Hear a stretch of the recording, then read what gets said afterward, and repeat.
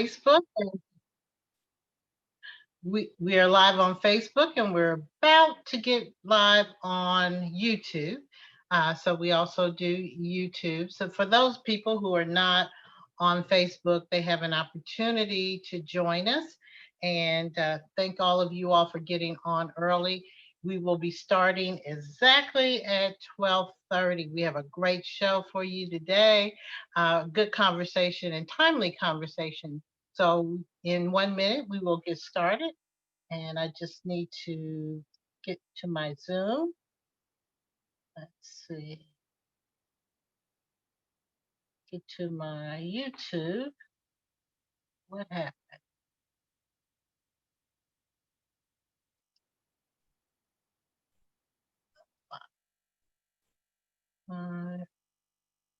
Okay. I'm trying to get on my YouTube channel.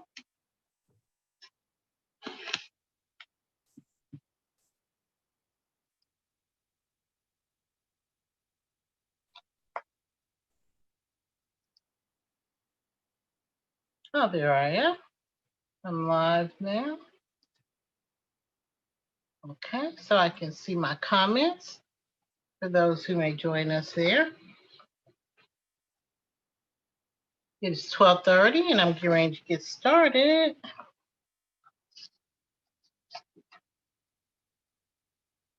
Okay, it's 12:30 and I thank you all for joining us on YouTube and on Facebook.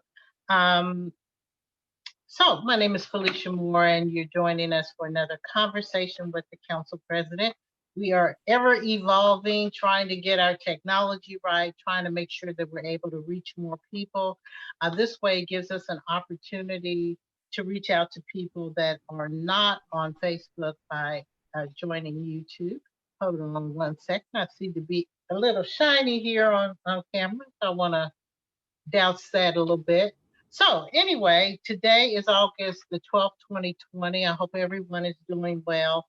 And I hope you are following all of your COVID precautions, but I will come back to that a little later and come up with some other things that I just want to make you all make note of. But today I'm going to introduce you to, I think, a very timely topic, the STAR team. And the STAR team, Starsee, is a nonprofit that works to reduce transit in affordable workforce apartment communities. Their goal is to help families to stay in their homes, and that's really important, particularly in our COVID environment. At their 4 host properties, Starsee offers wraparound services, which are extremely important, in partnership with landlords who have agreed to keep their rents affordable. And we all know that affordable housing is a serious issue here in Atlanta and across the country as well. Okay. Sorry. Had to make sure I can see your comments. So, Starsee Eviction Relief Fund. That is what we're here to talk about today, because we all know that in this COVID environment, uh, there's been a lot of moratoriums on rents, but those moratoriums and evictions, and those moratoriums are about to end. And so what they're doing is extremely important. It offers the Starsee's Eviction Relief Fund offers rent assistance to help qualified residents pay their rent and continue to raise their children in the same communities and the same school. And that is extremely important. The program is administered through landlords that operate apartments at affordable rents in our target school districts. So, just as an update, in our county, Fulton County, which majority of us live in, and I have to remind people, Atlanta is in Fulton and DeKalb County. Evictions will begin on August the 13th this year, beginning with cases held by the marshal, which is about 530 plus of those, and the court, which has about 400 cases or more. In DeKalb County, sometime in August, and Cobb County as well, which is near us. So why this is extremely is important. because, as you know, we have number one, an affordable housing crisis in the city of Atlanta. Many people who are in affordable products. What happens is if we're not careful, these people will be displaced, and that disrupts our school system. And think about it as a child. It's a traumatic experience if you have to continue to move, and families that are not able to keep a stable place for their family. And kids need to be attached to their school and their community and not be displaced. So, what they're doing is more than extremely timely, but of extreme importance. And so, I would like to introduce my guests for today. And our guests today are the Margie Stagmeyer. She's the founder and board chair of the Starsee team. Andrea Reese, who is the executive director, and Mr. Courtney English. And some of you may remember his name from being on the school board. He's the director of community development. So I want to thank you all so much for joining us today on Conversations with the Council President. Thank you. So I have a few questions, and I'll hope you all are unmuted and everything. And if you could unmute yourself, and then I will be watching as well on Facebook and YouTube to see if anyone has any other questions. So I guess I'll start with the founder. What compelled you to start this organization? I think you're muted. I can't hear you.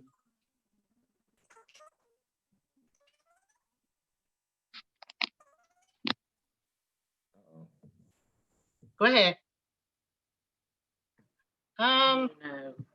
There we go. I think talking. Yes, unmute yourself. There you go. She's still muted. Yes, TJ, make sure she's unmuted. Okay, let's try again, Margie. For some reason, Margie, we're not hearing you. I don't know what's going on. So we'll try one more time, and then we'll try to figure out if you're muted from this side. But maybe someone, either Courtney or Andrea, can answer that question. What was the impetus? Margie can actually come in here with me if she wants. Okay, that'll be fine. So that way that we can hear you both. But Courtney, while they're getting that together, tell me what do you do with the organization and why you think it's so important? Well, so I appreciate the question and the opportunity, Madam Council President. This organization is designed to reduce transiency in our public school system. Transiency is what happens when a kid leaves their home environment or leaves their neighborhood school, and it's a huge problem that faces schools and school systems alike. And so, I got involved towards the end of my time on the school board, knowing and realizing that that APS overall has a transiency rate right at 25%. In our lowest performing schools, actually, that number can jump to high as 60%. And so imagine trying to teach a kid that, trying to teach a group of kids that 60% of them are going to leave that particular school environment by the end of the year.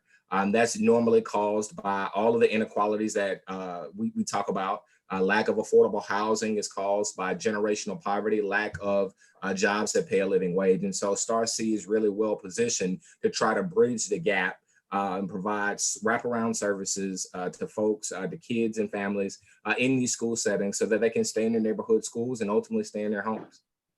So Margie, you were going to tell us, I think we can hear you now, why you started this organization.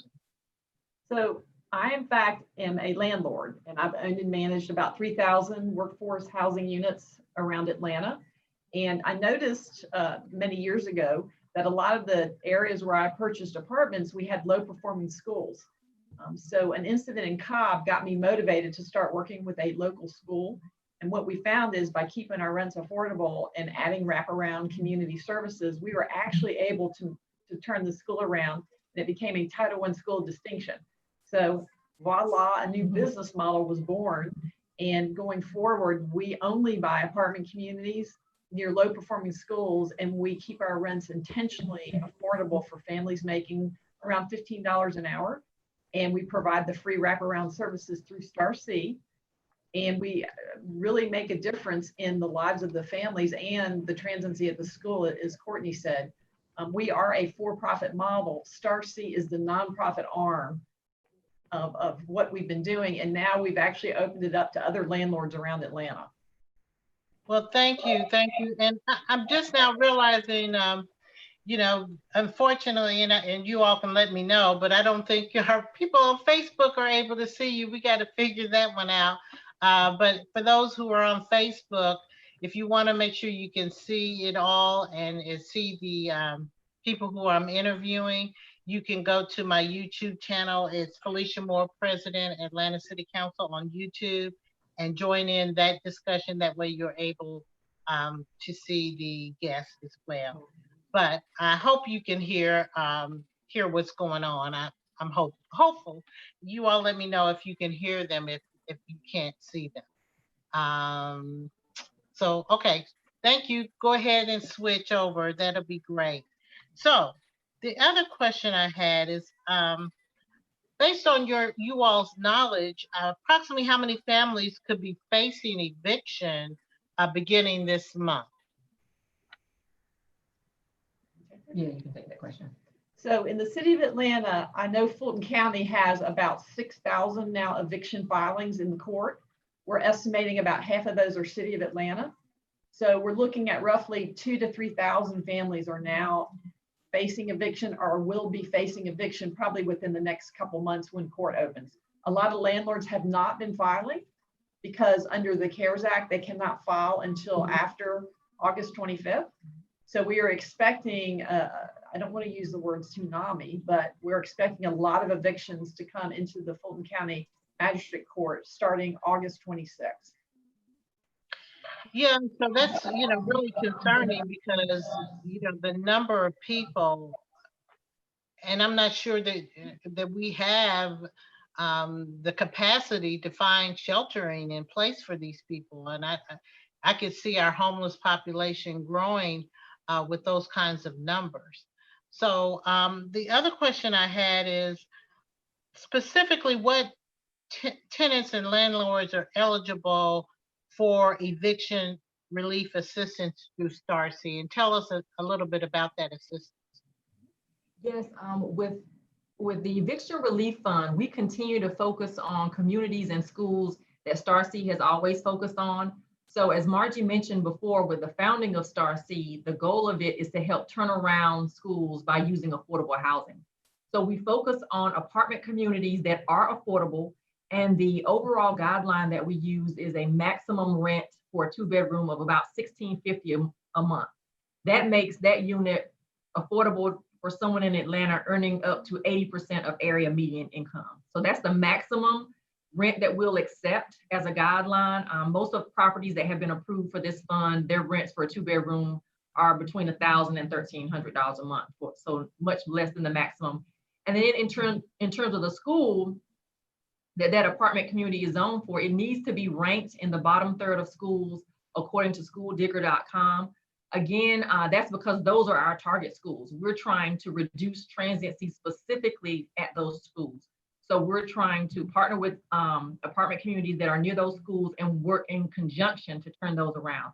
So a property has to qualify on affordability and proximity to one of our target schools. Beyond that, basically any family that's living there could be qualified. For our program, the landlord pre-screens tenants there. So if the landlord considers someone to be in good standing, except they need some financial assistance with their rent, that tenant can submit an application to their landlord, which they review and then send over to us. And then we review and maybe have some follow-up if necessary, and then we'll cut a check from there, hopefully, if the application is approved. So, so that's how it works in terms of the qualifications of the tenants and the landlord. So how do we get this word out to people? How many people do you have the capacity to help? We have tremendous capacity to help. This Eviction Relief Fund was launched in April of this year, and we've already raised over $2.2 million. Most of that is a $1.5 million grant in Cobb, and then the rest of it is money, except for 100,000 that's specifically in DeKalb. The rest of it is money that we can spread across the Metro Atlanta area. So we are helping people from Spalding County to Gwinnett to Douglas County and everywhere in between. Right now we have 87 properties signed up, which really encompasses about 17,000 units. If people are interested in our program, they can go to our website, star-c.org, and click on the eviction relief page there. They can see how the program works, and then they can download the forms that the landlord needs to complete and then that the tenant needs to complete. And we'll go from there. But we would love to get the word out. We want the tenants to know. We want everyone to know about this program, and so that they can participate. Most of the money that we've gotten, not all of it, but most of it is CARES Act funding. So it must be spent before the end of the year. And if it doesn't get spent by the end of the year, it'll have to go back to the federal government. We don't want to send back a penny. So just encourage all affordable landlords and their tenants to look into our program. So we have landlords who sign up, but we've also have landlords who have signed up after their tenants told them about the program. So we've gotten some excellent word of mouth from the tenants themselves, in addition to social media posting and the advertising that we're doing on our own. Yeah, well, thank you. I would also like to Courtney to discuss the specific program that we have for Atlanta public school families. And I was just going to ask. Oh, I'm sorry. No, Courtney, take it away. We're right there. We're right there. For those who are watching on Facebook, you're only seeing me. I hope I'm looking good today. I hope you can. But if you can't hear and you'd like to see them, which they're about to go off now, but you can go to my YouTube channel, Felicia Moore, President, Atlanta City Council, and you can see them on the video. Go ahead, Mr. English. Yeah, so just really quickly, we have a very specific fund dedicated for parents of Atlanta Public Schools children. And so we have partnered with the Atlanta Public School System and to have already identified a few hundred people who have raised their hand and said they need rental assistance. In addition to that, we're going to be reaching out directly to schools. And so if you're a parent with schools in the Atlanta Public School System, please reach out to us via our website. All the forms you'll need to fill out are there, and we have some very specific funding that we can allocate your way to make sure that you can stay in your home and your child can stay in your neighborhood school. And so somebody asked Facebook, what if the landlord isn't willing to fill out the form? If the landlord isn't willing to fill out the form, in a lot of cases, that might disqualify people from getting help. But we would ask that you still reach out to us, because maybe we can do something to work around by partnering with another organization or something like that. And then too, just to use that shame factor, because basically with our program, a landlord can get 90% of their outstanding rent, depending on how far behind someone is. So for just 10 cents on the dollar, if they'll waive that fee, they can get their monies raised. But again, if a tenant is running into that, please just reach out to us so that we can see what else we can do to help, possibly connect you with some other resources or other partners that we can team up with to work around that landlord. Yeah, and Courtney, I was going to ask you too, in terms of the school system, you know, and I know you were a school board member, how important is it for parents not to be evicted and moved and the kids to be moved out of the school? Oh, it's absolutely critical. What research suggests is that each time a child moves, they lose between right at 3 months of learning. It's a 9-month school year, right? And so every time a kid moves, they're looking at falling behind 3 months or a third of the entire school year. And so it's detrimental to kids. If kids aren't showing up to school, there's nothing a teacher can do to possibly teach them. There's no teaching strategy for a kid being absent or a kid consistently moving schools. And so again, APS's overall transiency rate is 25%. A quarter of the school system is going to shift before the end of the school year. And in our lowest performing schools, what we have found is that number can be as high as 60%. So 60% of the kids that you start with are going to be completely different than you end with. And so there's no teaching strategy for that. There's nothing a teacher or a principal can do to address that other than to try to partner and keep those folks in their school. So it's absolutely critical that we find a way to do that. We are partnering with government agencies. We're partnering with, of course, Starsee is doing the work. There are a number of nonprofits who have raised their hand and are trying to solve this problem in a variety of ways. But it's absolutely critical that we keep those folks in place. And then one last note, I'll just say, an eviction in and of itself is absolutely devastating to a family. It is the equivalent. Some folks have called it the equivalent of sending the dad off to prison for a minor drug conviction, if you will. It devastates the family from an economic standpoint, from an emotional standpoint. And so to the extent that we can keep those folks from being evicted in their homes, it will go a long way to stabilizing our schools and our school system as a whole. Yeah, and I would assume early intervention is good. So if anybody's out there watching and you know someone who is about to be evicted or could be evicted, I think reaching out to Starsee now is a good thing so that you can start getting that ball rolling. Margie, did you have any parting words that you'd like to? And thank you so much for being a landlord and being responsible and thinking about how you can help support the community. One thing I would like to say is if you are facing eviction and you're watching this podcast, please talk to your landlord. In our own portfolio, we have tenants that have not paid rent. They will not talk to us. We have no choice but to start filing evictions on August 26th. So please come talk to your landlord, talk to us. A lot of landlords out there want to work with their tenants, but they have to have a tenant that's willing to work with them. So, and then also I want Audrey to talk a little bit about our work in the courts. Yes. We have been forming a partnership with the magistrate courts of Fulton and Cobb County. They have welcomed us in. They have embraced the partnership with Starsee to bring us into the mediation process, to bring us into actual court sessions, to let the landlords and tenants know who we are and what we can offer as a financial resource, even at that point, to settle an eviction. Our goal is always to help the tenants stay in their homes. So if we're in the Fulton County Court, Starsee can come in, and if the landlord and tenant can work something out, Starsee can contribute up to $1,500 to help settle that eviction. The goal, again, is to keep the tenant in their home, not to give the landlord a check and the person just move out anyway, but to keep that person in their home, and we can do the same thing in Cobb. So we set these partnerships up so that, because so many times people just get into situations, but even at the 11th hour, people can be saved. If the landlord and tenant can work something out, they can add our money to it, and we'll be glad to do everything we can to keep those tenants in their homes. So we really appreciate Judge Cassandra Kirk in Fulton County, Judge Brendan Murphy in Cobb for partnering with us and doing everything that they can during this time of tremendous upheaval. Just the collaboration at the municipal level has been huge.